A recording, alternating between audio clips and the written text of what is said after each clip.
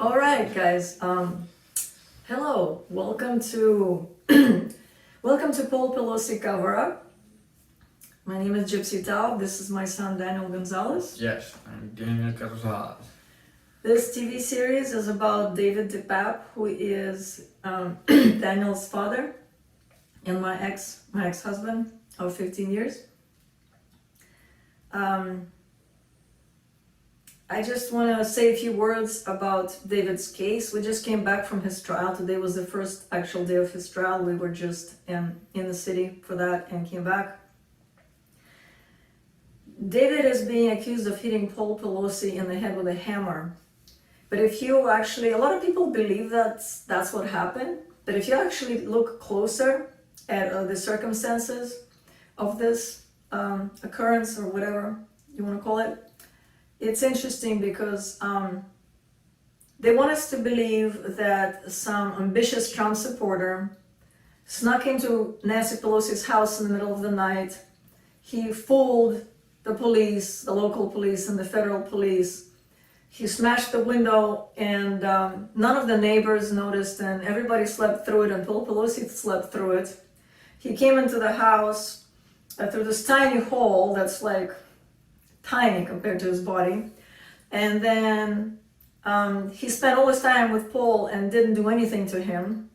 And as soon as the police arrived, he opened the door, and in front of the police he started struggling over a hammer. The police officer, instead of taking the hammer away, pulled out a flashlight and then David struck Pelosi in the head. And this is being explained to us as a conspiracy. This is being explained to us that David is obviously one of those people who tried to overthrow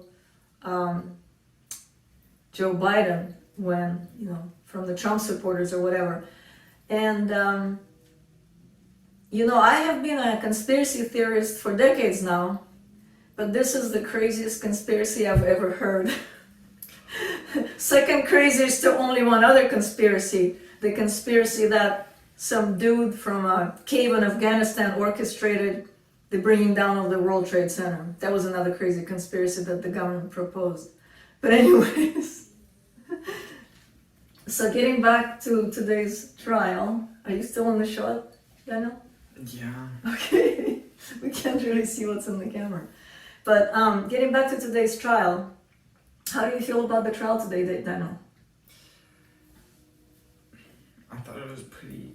Talk really loud. I thought it was pretty odd. There was quite a few things that seemed pretty questionable.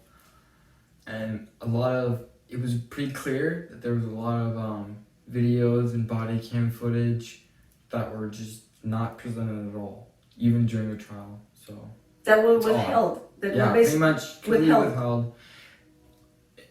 And just some of the things that the different people who went to the crime scene and collected evidence and whatnot, just some of the things they said were interesting.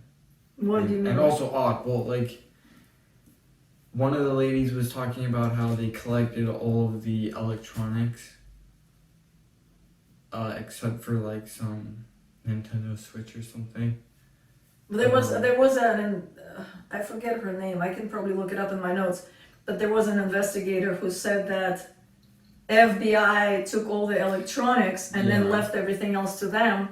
And then she's listing a flash drive, for instance, that was left behind, and by David's flash drive, and somehow it's in some plastic bag instead of FBI taking it, or at least the police taking it and looking at what's on it, but it's in some plastic bag instead. And basically they just keep lying. They just kept lying, right? They just kept lying. And if you really paid attention to their stories, there was a lot of lies and a lot of inconsistencies, right, Daniel? With which stories about the... Well, I'm saying it's about kind of everything. hard to tell.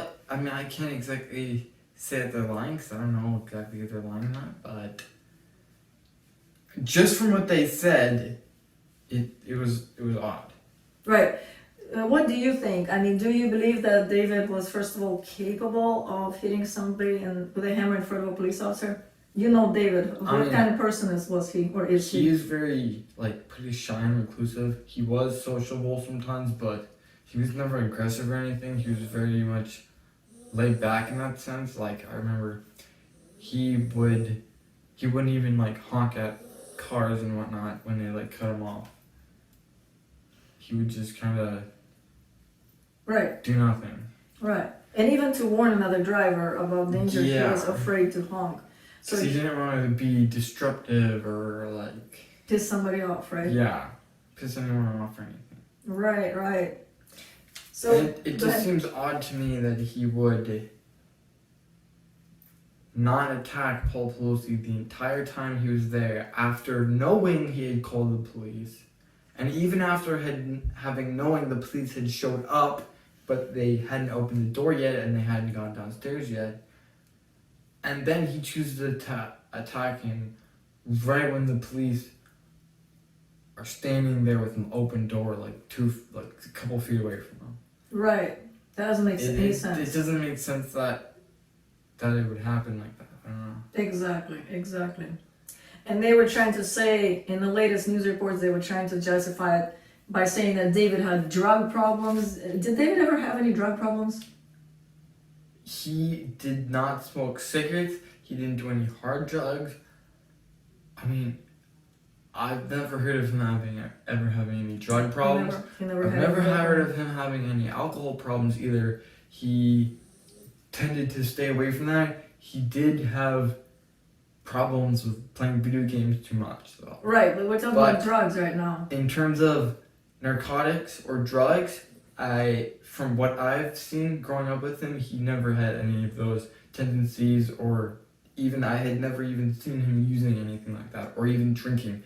I never really saw him drink beer or alcohol, so... Right, so they're trying to explain his crazy behavior by, whatever, that he was high, and they were saying that 8 years ago he struggled with a drug problem.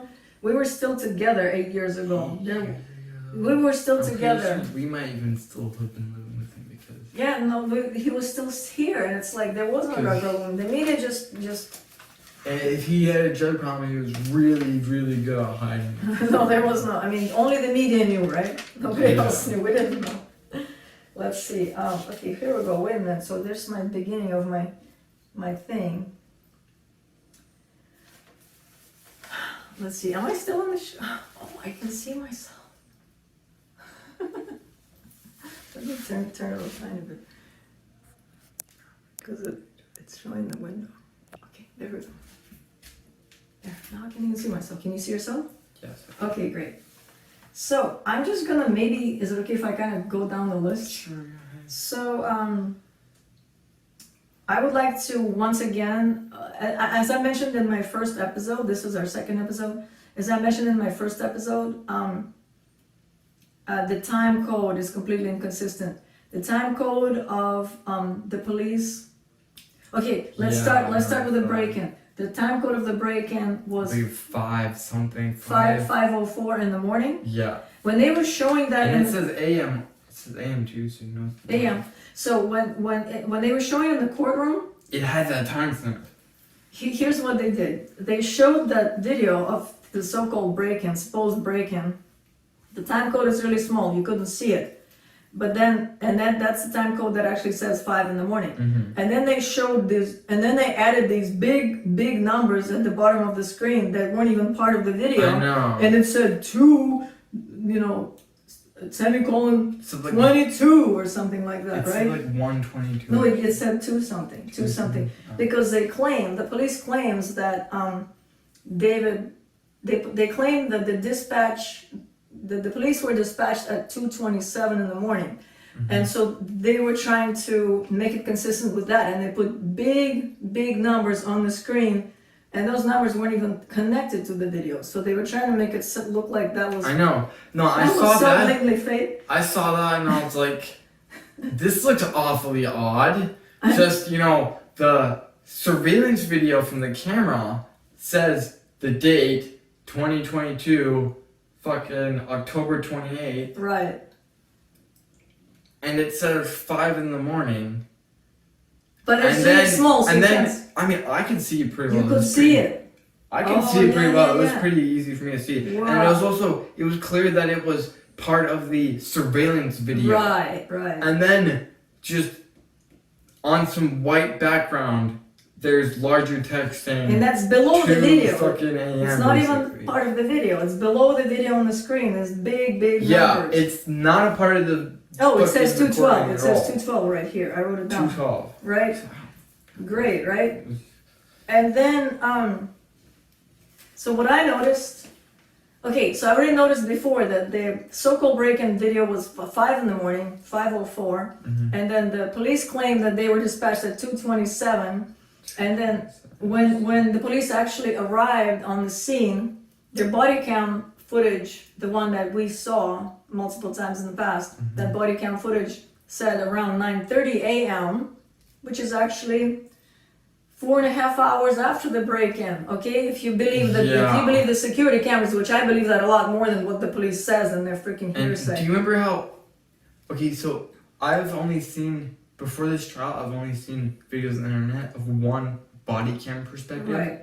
Today during trial, we saw At least 4, I would say. at least like 3 or 4 different. Definitely body at cams. least 3. I think it was more like 4, if not more. So you know what was interesting? That the police body cams that they showed had the same code that the video that was released on YouTube. It also said around 9:30. It was like 9:32 a.m. Yep. And what was really interesting is all the other police officers that arrived also had time code consistent with that 9:30 code. Yep. So his partners was like 9:32. Everything was consistent. And then there was another cop that showed up, and that was just like 9:40 or something. That was all consistent together. And I believe there was even more than 3 body cams that were all in sync. Okay, yet they tell us that they were dispatched at 2:27. You know, and another thing is that they said they listened to that stupid dispatch call Yeah. where Pelosi just like, oh well, you know, I'm hanging out with a friend. I mean, how fake was that, right? That was interesting. And then the lady was like, "Okay, well, if you need fire or medical, please give us a call back." And then he was like, "Oh wait, actually, I have a problem, you know."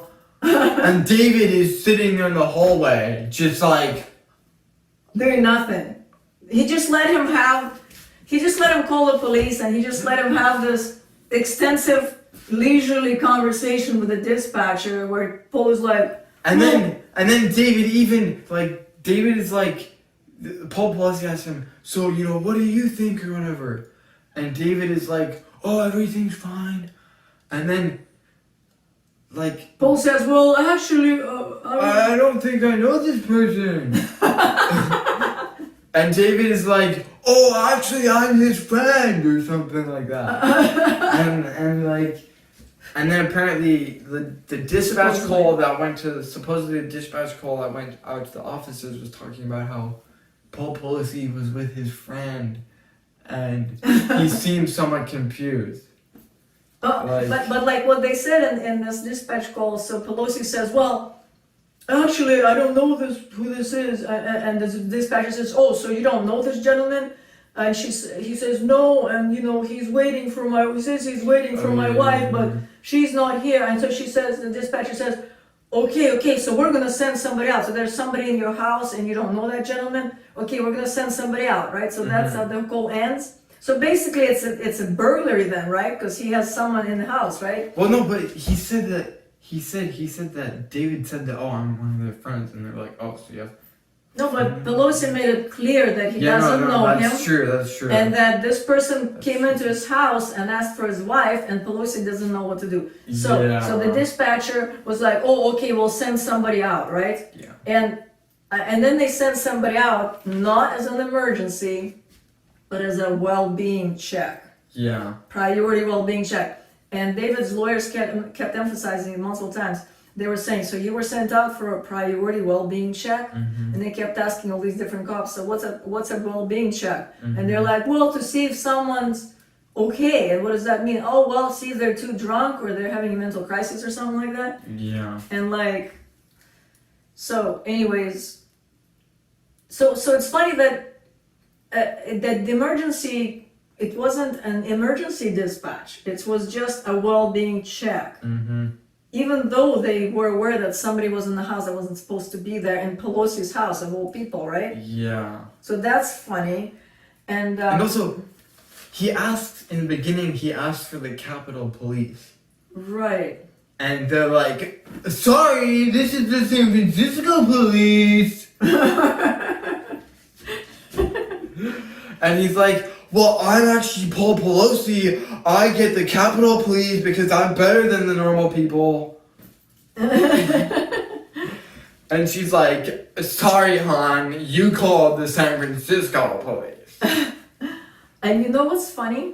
What? They talk about the hammer, and the freaking DA's assistant shows his hammer to the jury. The government showed the hammer in a bag. They keep calling them the government. That's almost a swear word in today's day and age, but they keep calling them the government. And what's interesting is that the DA's assistant, or the government, was talking about David having two hammers, having a regular hammer and a sledgehammer. She says it in the very beginning, in her opening statement, that he had two of those hammers. And it's funny that only at the very end, towards the end of the day, they finally talk about the sledgehammer. And for some reason, first of all, the sledgehammer that he supposedly had, which I don't even believe any of this, but he supposedly had, that was barely even bigger than a regular hammer. It wasn't that big, right? I would consider maybe bigger. a small sledgehammer. Maybe. Because that thing... Yeah. Okay, I'm telling you this. But if they tried to say that he hit Paul Pelosi like that with that sledgehammer, it would be really hard to believe that he's still alive and his head is not, like, gone. Right.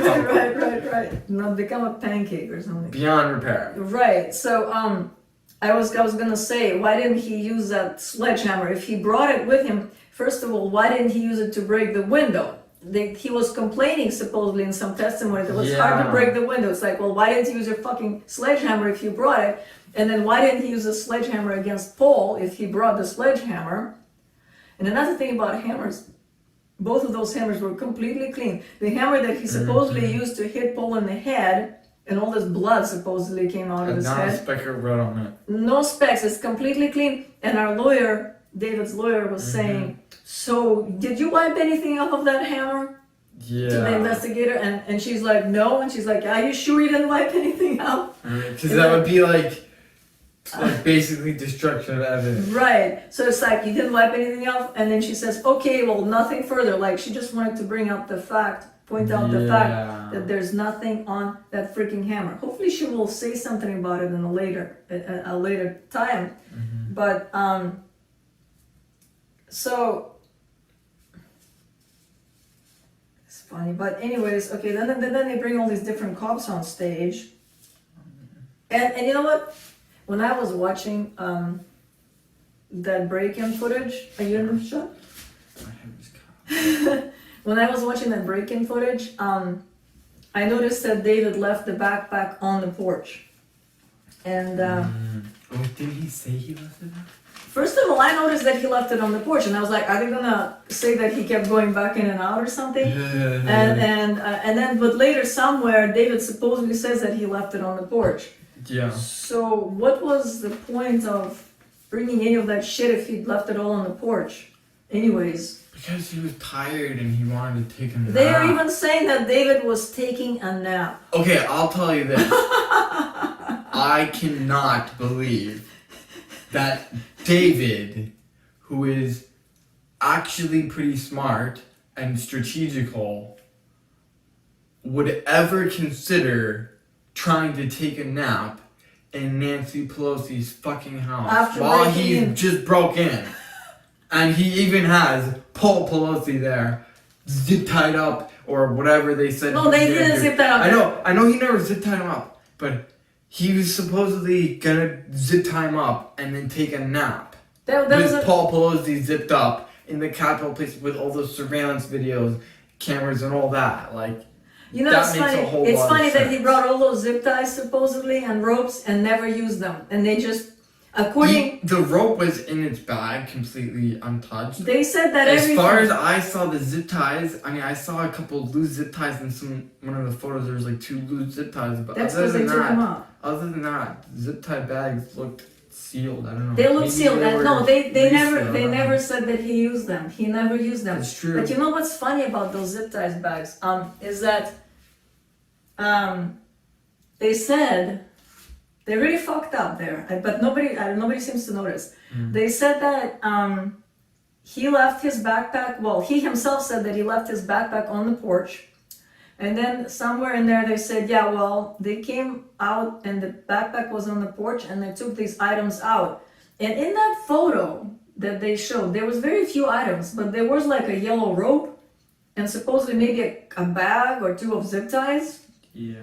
And then later, a couple hours later into the trial, when the investigator was talking about it, she came up with God knows how many items that were in that backpack. That was crazy. It was like a Santa Claus. It was like non-stop bags with all sorts of crazy and some of the shit. stuff was like so fucking random. You'd be like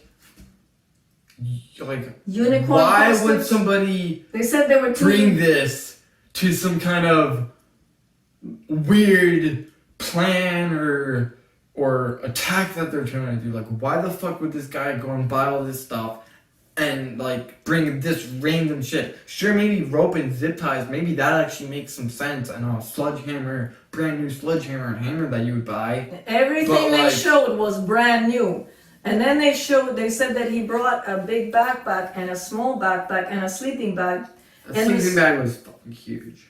And yeah, and the small backpack literally had a freaking price tag hanging on it. There was a little rope with a freaking price That tag. might have been its No, I don't think so, Daniel, because nothing else. They're not gonna put tags like that on the That's evidence, true, that's true. because that can imagine if every piece of evidence had a freaking rope and a Yeah. freaking thing like fucking that. paper But tag was none true. of the other evidence had that kind of True, tag. that's true. It was I a think it was freaking. like written on it or some kind They of. they literally forgot to take the goddamn price tag off when they came into the courtroom. I know, Okay, they I'm got, telling they you. got a little sloppy. And it's different color. Like the backpack in the photo is gray, and the backpack that they showed in court was black. The big one, the big black backpack. It looked like it was either slightly gray or a tiny bit slightly green. It was hard to tell. the one that they In the photo, it in the looked photo. slightly green or gray, and Right. the one they were showing looked just black. The one that they showed in the courtroom was black, and it looked completely brand new. And every item they showed looked completely brand new.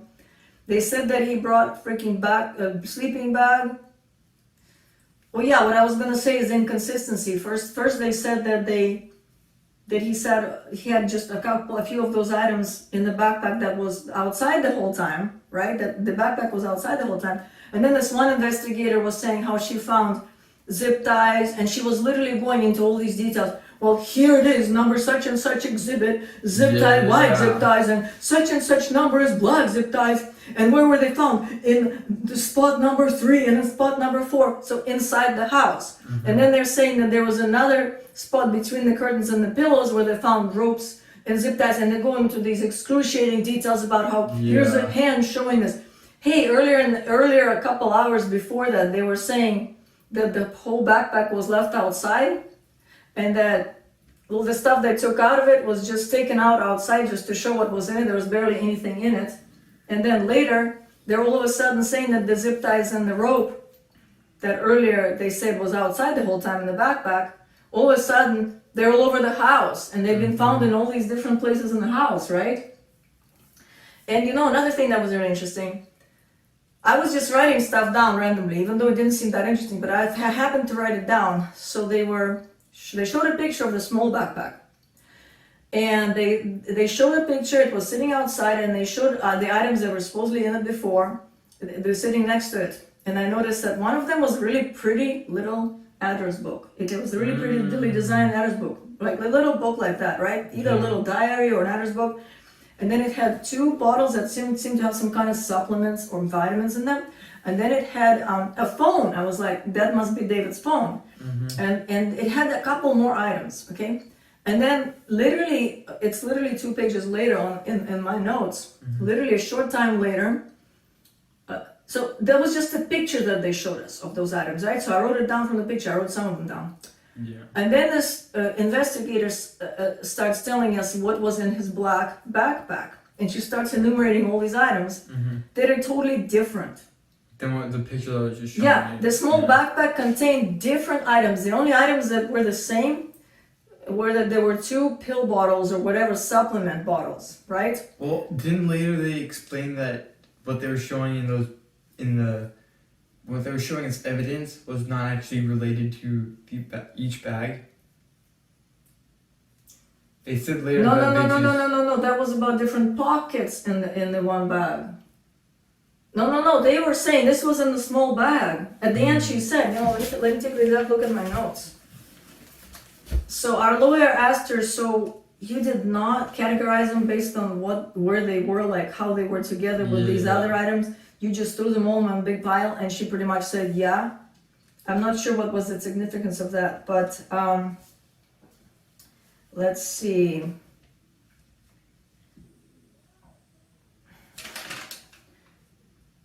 Sorry, my backpack shit is later, but basically the photo showed that pretty little book, and the photo showed a phone, and then it showed those 2 bottles with like a red cap, kind of a pill bottle, 2 of them.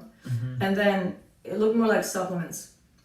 And then later, that was a picture. And then later she stood there pulling out all these items and all in zip and bags and stuff, little plastic bags, and talking how they were all in that small backpack.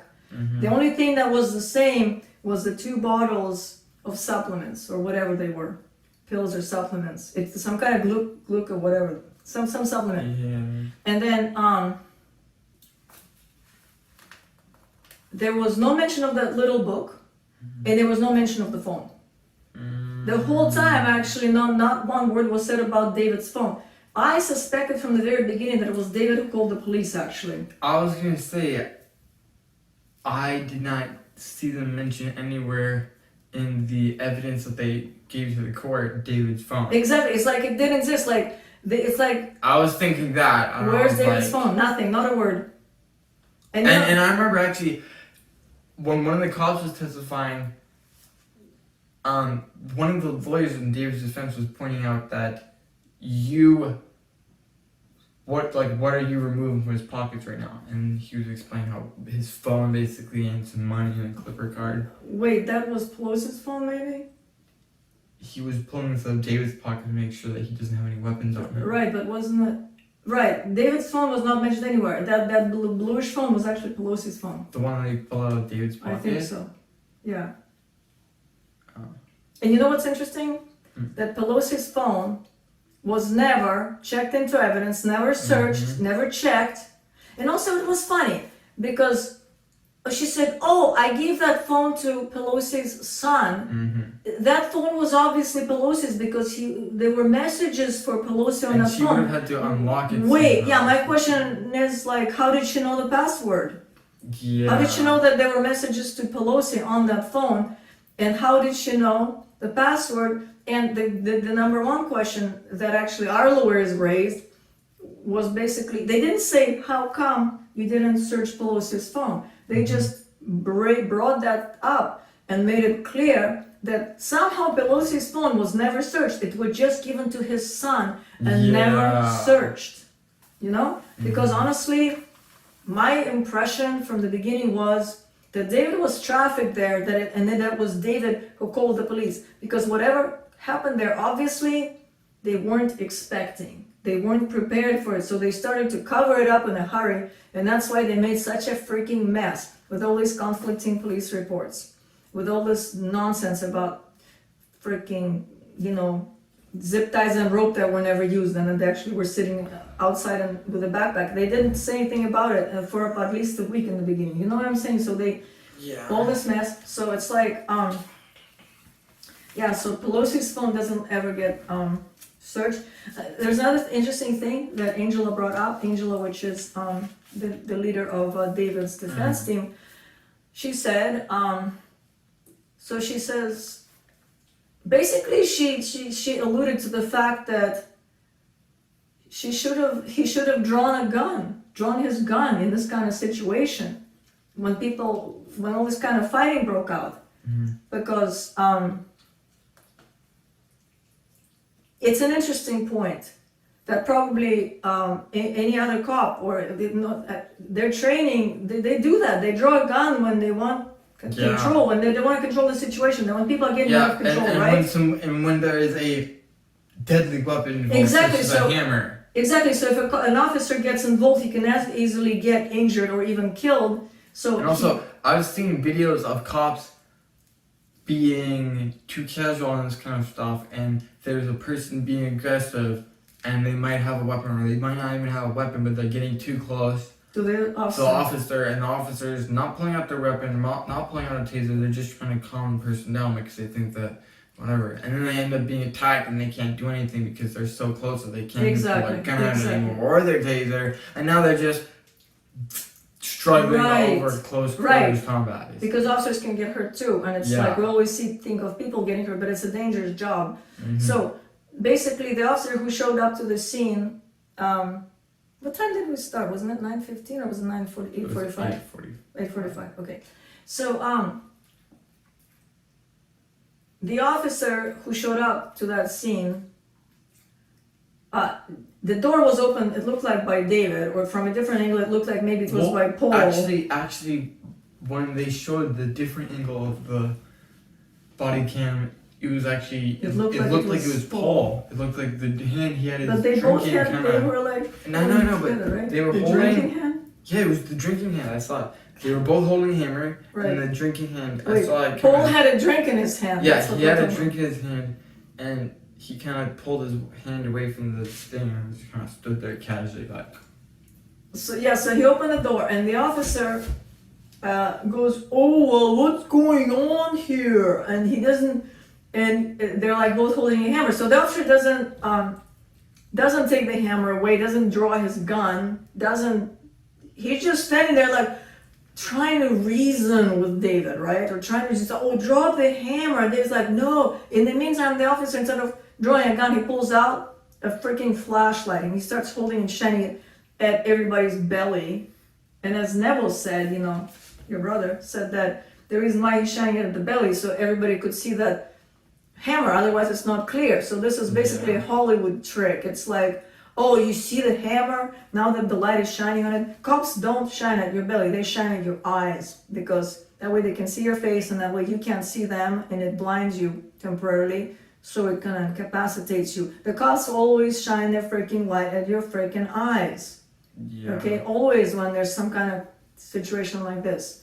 So he pulls out this flashlight, and then supposedly when they start fighting, the officer finally decides to jump in. Yeah, and it's like it's so fake. And then I knew he was lying. I knew this was all a lie. And I was like literally staring at that cop later at the end. Like I was like staring at him. I was like, I want to look him in the eye and see how he's gonna look at me, and have a straight face. I want to see him look at me with a straight face. And when he saw me looking at him, he just kept hiding his eyes. And I went this way and I looked at him, and he was like going like this the whole time. He would not look at me. He just would not look at me. And I tried real hard. To me, that person is lying so hard and feeling bad about lying. It was like, wow, that's definitely a lying gesture, the way he was hiding his eyes. Anyways. Is it the same one who's talking about the agonized breathing? Yeah, I think so. It was the beginning. It was the first cop. It's called agonal breathing. Agonal. So let's talk about agonal breathing for a minute. Do you want to talk about that a little bit? I like how the lawyer pointed out how. Well, first of all, let's explain. Sure. So in the scene where David supposedly attacks Pelosi, even though you can never see him actually hitting the hammer, not from any angle, they never actually show him hitting him. Nebo was saying that he slowed it down to 25% on YouTube and watched it multiple times, and never once did he actually see David strike Pelosi in the head, because David basically starts chasing him, and then Pelosi is now behind the door and you can't see him. Yeah. And then we're supposed to assume that that's what happened. But after there's like this, which actually cut, I know they cut that there. I could see it being cut from one frame to the next. There's at least one cut in that scene. And then they show Pelosi laying on the floor, and he's kind of grunting, he's going, and like kind of grunting or snoring, right? Yeah. And the cop calls it, or the DA's assistant in the beginning called it agonal breathing, like you can hear Pelosi's agonal breathing. And agonal comes from the word agony. Agony is basically dying. When you're dying and you're short of air and you're basically dying, that's the kind of breathing that, you know, police officers or medical people describe of a person who is basically close to death. And, you know, our lawyer, Angela, she kept saying that, you know, the police officer is not qualified to describe that because he's not a doctor. And the cop kept calling it agonal breathing. And then later it turned out that in his report, he didn't say anything about that. He said that Pelosi was snoring. Yeah. He said he was snoring. And she was like, so when you wrote this report, it was snoring, and now it's agonal breathing. Right. And he was like, well, actually, snoring is a type of agonal, or something like that. Snoring is, you know, can be agonal breathing.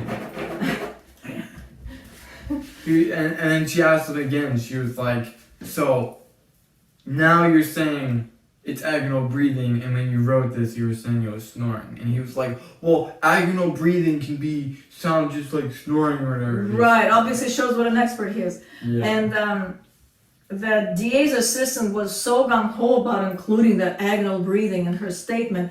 Was this the lady with blonde hair? Yeah, there was a lady with blonde hair. She was so insistent on including that because it's like, you see, he nearly killed this man. That's what she was trying to say. Yeah. And then our lawyers brought up some report multiple times. As it turns out, I think there was multiple reports they brought out. As it turns out, Pelosi actually, after he got hit in the head and he was lying in a pool of blood, in this big puddle of blood, after that, 3 minutes later, he got up and he started walking around and talking to the doctors or nurses, to the medical people, and they asked him questions. There was something that he was trying to get up and talk. No, he did get up. And then later they told him to sit down. Oh, yeah. They put him in a sitting position. He did get up. And he walked do you remember how when the lawyers asked him, the cop said he was like, I don't remember when he got up and started talking to that people. was like cop number 3 who and then they showed up later. showed him the video and refreshed his memory, and then it turns out 2 minutes, like less than 3 minutes later, 3 minutes after he was hit. He was there too. The cop was there? Yeah, the cop who was showed video of his fucking body cam now was saying he's that trying to now say that he remembered. At first he said he didn't remember, Yeah, right? at first he said he didn't remember, and now he's saying that he remembers how less than 3 minutes later, Paul Pelosi starts getting up and trying to talk to people. And he didn't just try to talk to people. He answered all the questions. Like, what year is it? 2022? Where are you? San Francisco? And then Paul Pelosi started describing what happened to him and making statements to the police about how he was hit and all of that. And this is 3 minutes after he just got hit in the head with a freaking hammer. Like full force? They actually said that he was hit fairly twice. Large hammer? They actually said, I saw in later reports that he was hit twice.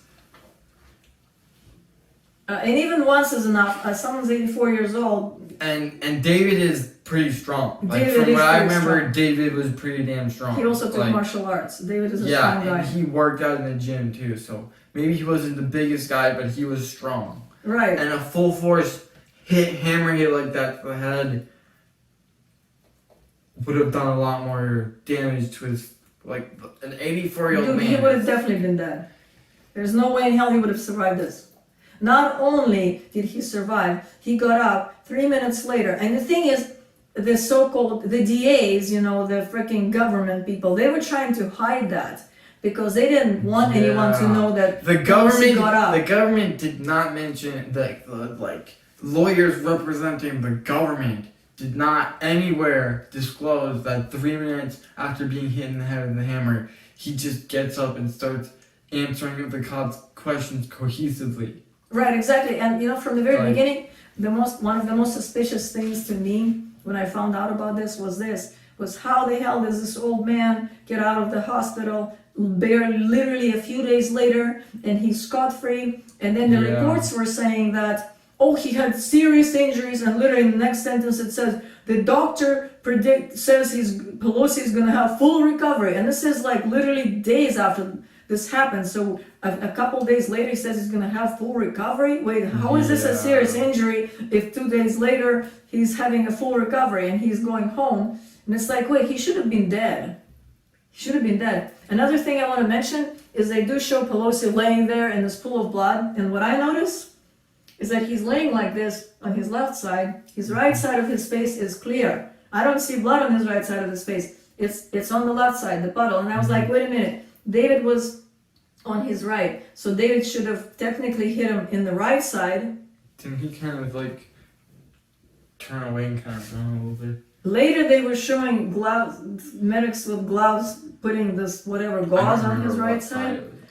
But anyways, maybe the side, I got that, I don't know if I got that right, but what's interesting is that Paul is laying there in this puddle of blood, and David is laying basically on top of him, partially on top of Paul, for quite a while in this puddle of blood. And then later they show David handcuffed. Well, when he was laying there and there's the puddle of blood, you could actually see a bit of the blood going on his shorts, David's shorts, when they pulled him up. That's one in the beginning. That's when he's laying in the puddle, but he laid in that puddle for quite a while. And there's nothing. When David is standing up later and he's handcuffed, he's standing up later, there's not a single drop of blood. You can see his belly here. I looked down from his shorts and his shirt and his whatever it is. Yeah, I don't think I remember seeing there was no blood at all. His shorts or on his clothes. No blood. There was a little bit of blood on his forehead. There was a tiny bit of blood on his forehead, but nothing anywhere else. And by the way, after he's already handcuffed, there's no blood on his arms either. Yeah. But then David's lawyer said that David had to get a bunch of stitches on his left arm. Yeah. So she said that he had a dislocated shoulder. On the right arm. Or on the left arm. On the left arm. Wait, no, didn't she say his right arm? I think the right one was dislocated. One was dislocated and the other one needed a bunch of stitches, which is interesting because nowhere in there does it show, in that footage, does it show anything that would cause any kind of bleeding on David's arm. And then later he needs a bunch of stitches in the hospital. So, by the way, David was neither in the hospital nor in custody for a number of days. We could not find him. He was neither in the hospital nor in jail. So it really makes me wonder what happened to him. It really seems like he was tortured, and then later they put him in the hospital and sewed up his arm. And like, why did he need stitches on his arm? That makes no sense. And whatever the video police shows of him being arrested, all they show is him getting handcuffed. They're not showing any police brutality. No one's cutting his arms. No one's doing any of that. And it doesn't appear that the hammer went and split his arm or anything. There wasn't any large amounts of blood coming from... The cop said he took the hammer from David and threw it across the floor. That's what he said. Get it away from the assailant. Yeah, and so what I was also thinking about something else. So, yeah, another thing I wanted to mention is that later they show pictures of, there's multiple times where they show a picture of like Pelosi's shirt with that puddle of blood. Actually, that doesn't even make sense the way it looks because there's a puddle and his shirt is right in that puddle. And, if Pelosi was dressed and he got up and he took his shirt off, it's probably not going to be like right in the same spot with no blood anywhere else. So there was that puddle of blood with his shirt and there was no blood anywhere else. He supposedly got up and walked to the freaking ambulance. And also when they dragged David, wouldn't that smear blood on the floor? Exactly, that blood should have been smeared. There is no blood anywhere. There's no blood on the walls. There's no blood anywhere else. It's just in this neat little puddle. And then there's literally a foot away, there's this white carpet with these white feathery things at the edge. I don't know what they're called. Yeah. But there's these white fluffy things and not a drop of blood on those things either. So there's no blood anywhere else. It's just all neatly in this one spot, which makes no sense. Because if Pelosi got up from that blood would have been dripping and it would have been going places. And if he was hit in the head with a hammer, there should have been blood on walls. And they showed multiple pictures of Pelosi's property from different angles. Nowhere did it show any blood anywhere besides that one puddle. Another thing I noticed when they were showing the glass that David, and that was done literally right after the attack, the supposed attack. It's not like they came there days later. I mean, that blood was still there and the shirt was still there. So another thing is the window that David supposedly came through. They showed the pictures of this multiple times from the inside, and there's no glass near it. Absolutely one not. of the pictures you could actually see a bit of glass. Very, very little. Yeah. But not anything like the amount of glass. Also, I want to say that the hole that David made is absolutely tiny. He would, for his body, he would need a hole at least, I would say, 6 to 8 times bigger than that hole was. I mean, it was tiny. There were like 4 panels of glass, and there was only one was broken. There was like this triangular shaped whatever tear in the glass, and there was only this much space to get through. And David is really big. He gained a lot of weight. You can see him being really heavy in that video. Later in the video where he's handcuffed, he's heavier than I've ever seen him in that video. So and it's like, how the hell could he possibly fit through that hole? There's no way in hell he could have fit through it. And the hole is completely clean. It's completely white. There's no blood. If he went through there, he should have cut himself, and there should have been blood there. He even says in one of those testimonies, you know what? She asks him, the cop's like, oh, so were your hands bleeding? And he says, yeah, definitely, maybe. He says something like that. Mm. So it's like, it's funny what he says, but regardless, I don't know what he's trying to say, that he just doesn't know what they expect him to say or something. But like, there's no blood on the window. Mm-hmm. There's no blood, there's no clothing, there's no pieces of clothing. It's completely white, it's completely clean. And like I said, there's almost no glass at all on the floor. And so let's see what else do we have here.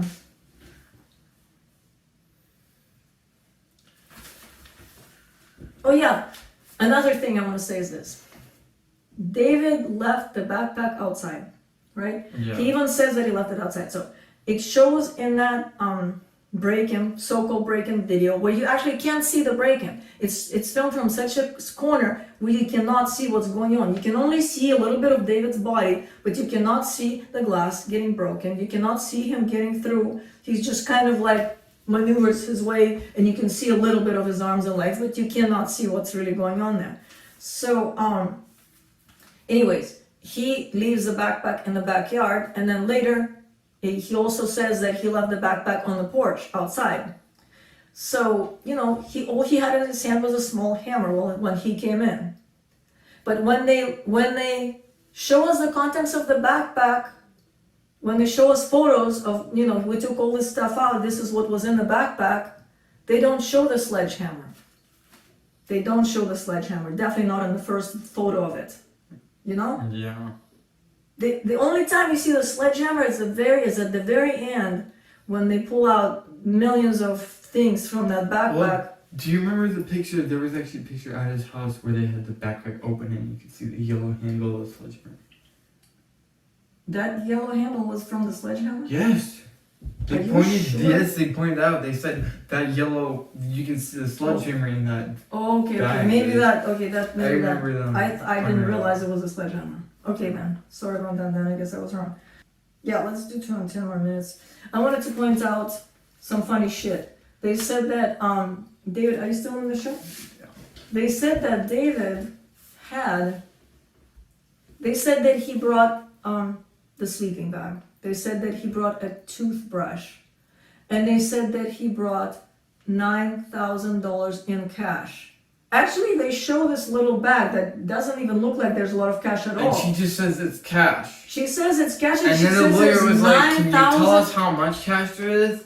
And then she's like, there's around $9,000. And it's like, Right. so he's just carrying $9,000 in cash While breaking into someone's while house. breaking into the Pelosi's house. Not only that, but he brought every possible type of Documentation about who he is. He brought his in birth certificate, if he even knows what the fuck that is, his social security card, right. His driver's license. passport. Wait, 2 driver's licenses. 2 drivers. Canadian passport. His Canadian passport. His EBT card, or one of those like benefits cards. Yeah. First of all, and wait, his now I say ID something. too, because they ID Oh, you. I just thought of something. What? He's Canadian. I don't believe he can get fucking EBT benefits here. I don't believe he can get benefits because he's freaking Canadian. There's no reason why he should get benefits. He's Canadian, and he's not an immigrant. I don't. He never got those kinds of benefits when he was staying with us, even though we were broke. We were needed the money. He was never entitled to those benefits. And another thing I want to say, if he has $9,000 in his backpack, then why is he taking BART in the middle of the night to get to Pelosi's house? He has like 2 Clipper cards, and why? Wait, why is he bringing a sleeping bag? Why is he living like a homeless man? If he has $9,000 and he could easily rent a hotel and buy food for himself and whatnot. Right, $9,000 he could rent a 1-bedroom apartment for like, 4 or 5 months with that money, And so they're saying that he's living in a garage. He's walking around with his backpack, with a sleeping bag and a toothbrush, and he has $9,000 on him. And actually, that bag that she showed was really thin. So how is there $9,000 in there? It looked like it was $100 bills. How many? I think I saw it. I mean, the first bill I saw was 100, and it was a stack. Yeah, but of do you those. realize that there would have to be 90 of them there? Did it look like that many? It could. To me, it looked like it could be 90 Yeah? of them. Yeah. So wait, they didn't even say that he had $9,000 until our lawyer brought it up? They didn't say They were anything? just like, it's money. Right. Next object. Basically, that's what they wanted. The lawyer was like, Wow. oh, wait, hold up. And I want to say something about all this documentation he carried on him. David was terrible of keeping track of his documentation. Oh my I God. remember trying to get him to get his freaking birth certificate. He was so lazy about it. We were trying to get him to get a passport so we go to Mexico, right? And it was such a pain in the ass. Like, it was like, I had to remind him 10 million times to go and, mail a letter or send something to get. I don't think he even had his birth certificate on him when he was living with us. I've never seen it. I don't think I've even seen it. I've never seen it. I've never seen or heard of his birth certificate, fucking social security card. I mean, maybe his passport. Wait, social security card. Hold on. Why would he even get social security card? Because the thing is, to open a bank account, but because he's not eligible to work. I don't even His think, work was under the table, so why would he even need your social it? security card to leave the country? Like, I'm pretty sure you can just give him your passport and maybe your birth certificate. No, not to leave the country, but to work. I don't know. Regardless of that, he was not the kind of person who was ever organized about his paperwork, ever. Yeah. And so now he has all of this plus $9,000, and he's living in someone's garage. And oh my God, that was just... Another thing I want to point out is this. They found a bunch of health items in his backpack. Including women's multivitamin, for some reason. Women's rights. He's gonna bring that with him. What is he gonna give Nancy Pelosi multivitamins? I think, he was gonna bribe her with multivitamins.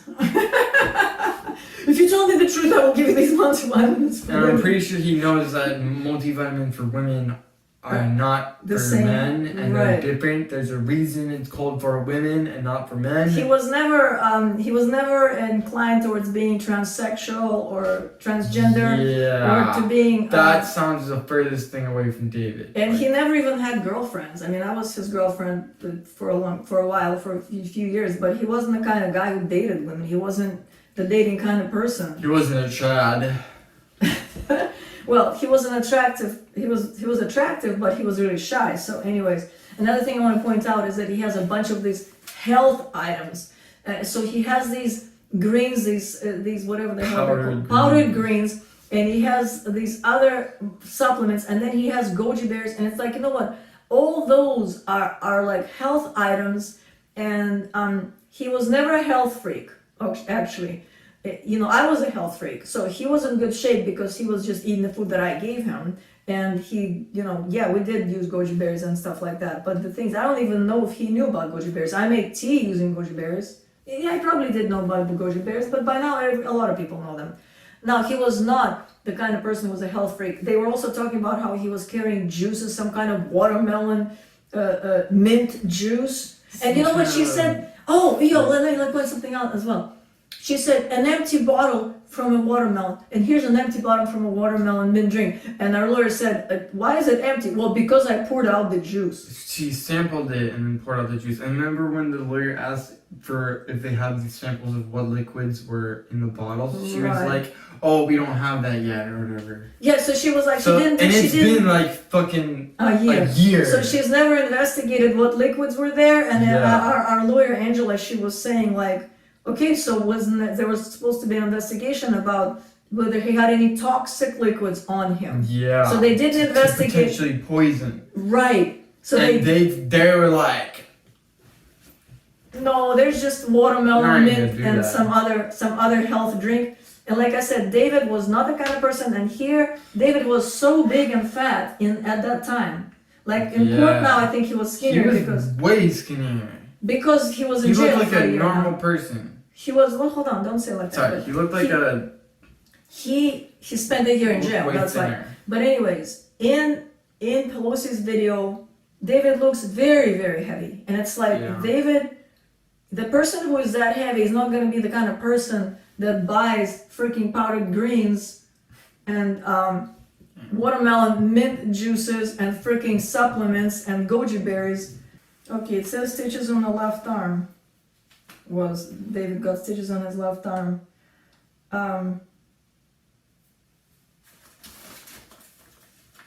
Well, I guess we're getting close to being an hour.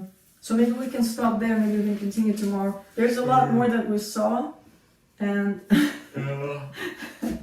there's a lot more that we saw, and we can continue. We kept talking before the camera, before we started filming, because our phones were dead, and we were just so excited after the trial. We just kept talking. But anyways, we're gonna continue. We're gonna talk more, right, about what we saw and the things that you noticed as well. So thank you, Daniel. Thank you for being with us on the show. You're welcome. And do you believe that David actually hit Pelosi in the head with a hammer? I mean, from what I've seen in trial, it's kind of hard to believe that. Right. It just seems like so many odd things that don't add up, especially me having, even if I didn't know him, it just seemed really odd. But having grown up with him and known him for so many years, it just seems really, really odd. Plus Pelosi getting up 3 minutes later. And getting up 3 minutes later after having a full force hammer hit, at least one full force hammer hit, maybe the second blow wasn't as hard, but I have a hard time imagining even a young person's skull like mine not being fucking cracked into pieces by that. Right, and David was this close to him, and he swung really hard, and David is big and heavy. Imagine all of that momentum David's goes got all this into that weight, skull. like, behind that hammer. And by the way, you can't hear any sound. The cop one time was saying that he heard this loud sound, but you can't hear it in the video. Yeah, but I have a hard time believing Pelosi's gonna be okay after that. Exactly, especially 3 minutes later. Anyways, especially 3 minutes later. Maybe if he was out for fucking an hour or two, maybe that would make more sense. In an hour. I'm saying if he was unconscious for like an hour.